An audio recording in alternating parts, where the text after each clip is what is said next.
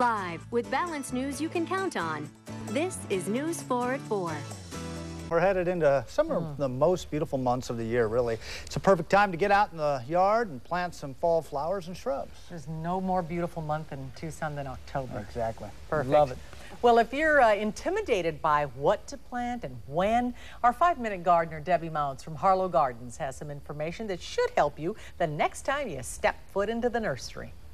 Good afternoon, it's Debbie, the 5-minute gardener, and every day here at Harlow Gardens, customers come in and they are overwhelmed, immediately overwhelmed with all of the different choices.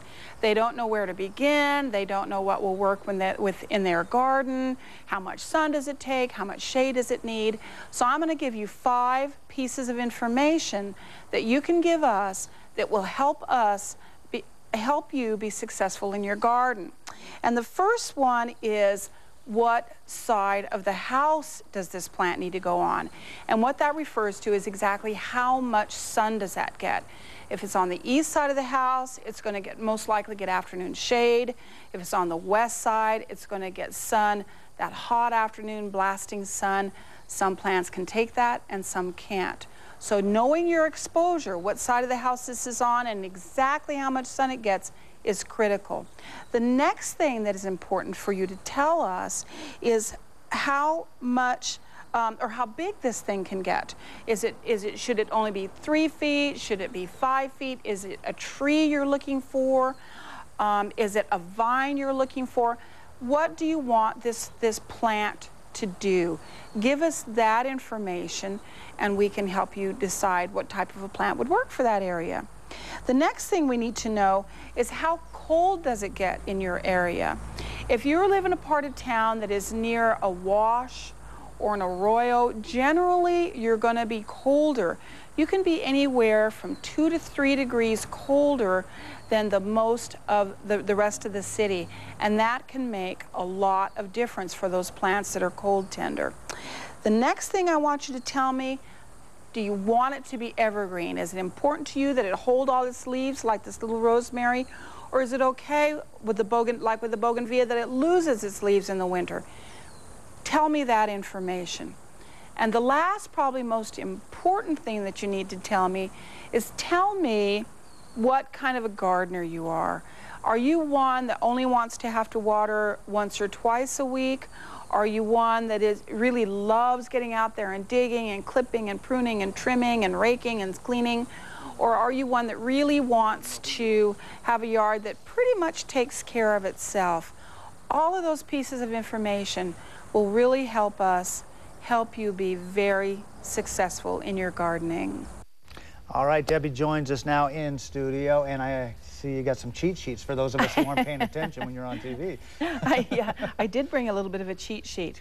One of the other things that I didn't talk about in this segment is, when you go into the nursery, you'll find that each container will have a tag on it.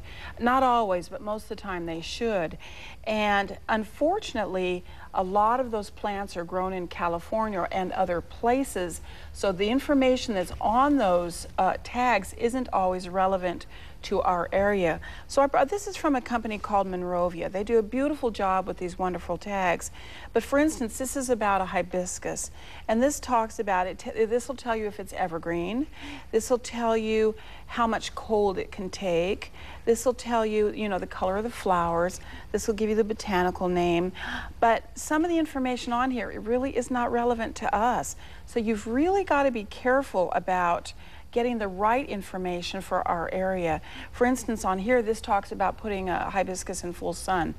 We don't do that. We don't recommend hibiscus for full sun here. They just get burned up, and they don't look like you'd want them to look here.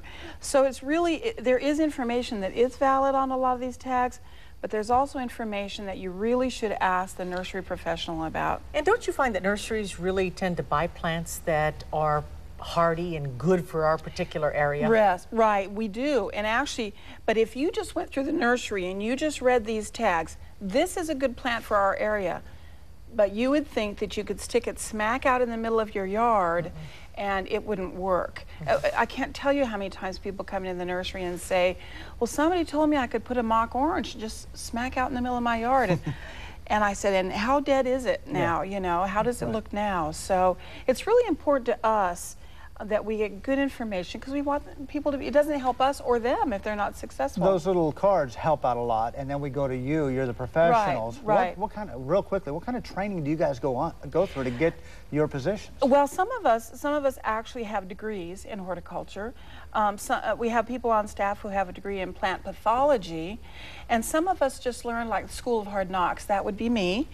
And it's every day we learn something new. A new plant comes in. Sometimes customers give us good information. Ongoing education. Right. Thanks, Deb. Thank you.